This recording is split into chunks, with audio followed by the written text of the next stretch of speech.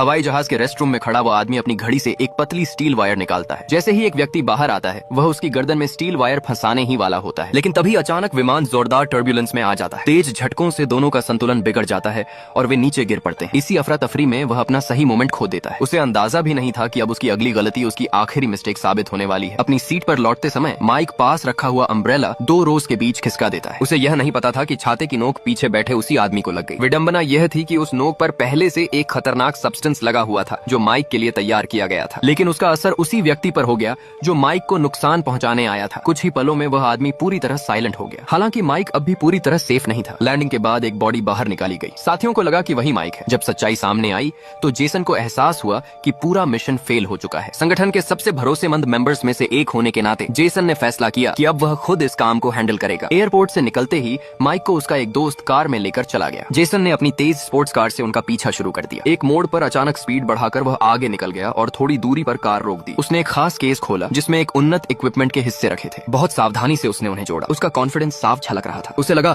इस बार कोई चूक नहीं होगी, लेकिन किस्मत ने फिर से ट्विस्ट दे दिया। अचानक माइक के दोस्त का बेटा और दामाद कार के अंदर रखा अम्ब्रेला खोल देते हैं। छाता पूरी तरह सामने फैल जाता है जिससे ड्राइवर की विजिबिलिटी पूरी तरह खत्म हो जाती है। घबराहट में ड्राइवर स्टीयरिंग घुमाने लगता है। कार जिगजैग करने लगती है। ऐसे हालात में किसी भी तरह का एम लगाना नामुमकिन हो जाता है। उसी दौरान एक तेज आवाज होती है और कार की छत पर लगा टायर सिस्टम फैल जाता है। वह फूलकर एक बड़े कर्टन की तरह सारी विंडोज ढक लेता है। ड्राइवर अब पूरी तरह ब्लाइंड हो चुका होता है। अगले ही पल कार सीधे सामने खड़े जेसन की दिशा में बढ़ जाती है। उसे रिएक्ट करने का मौका तक नहीं मिलता। लगातार असफलताओं के बाद संगठन के बॉस का अपने लोगों से भरोसा उठ जाता है। इस बार वह भारी पेमेंट देकर एक अंतर्राष्ट्रीय स्तर के एक्सपर्ट को बुलाता है जिसका रिकॉर्ड लगभग परफेक्ट माना जाता है। भीड़ भाड़ वाली जगहों में भी वह बिना किसी को नोटिस हुए अपना काम कर लेता है। जब लक्ष्य एक फोटो बूथ में घुसता है वह चुपचाप पास की कैबिन में दाखिल हो जाता है। वहाँ से वह अपने शिकार पर पूरी नजर रख सकता है बिना किसी को भनक लगे। अब बस सही पल का इंतजार है। इतना अनुभवी और रहस्यमय व्यक्ति, क्या वह आखिरकार किस्मत के सहारे बचते आए माइक तक पहुँच पाएगा?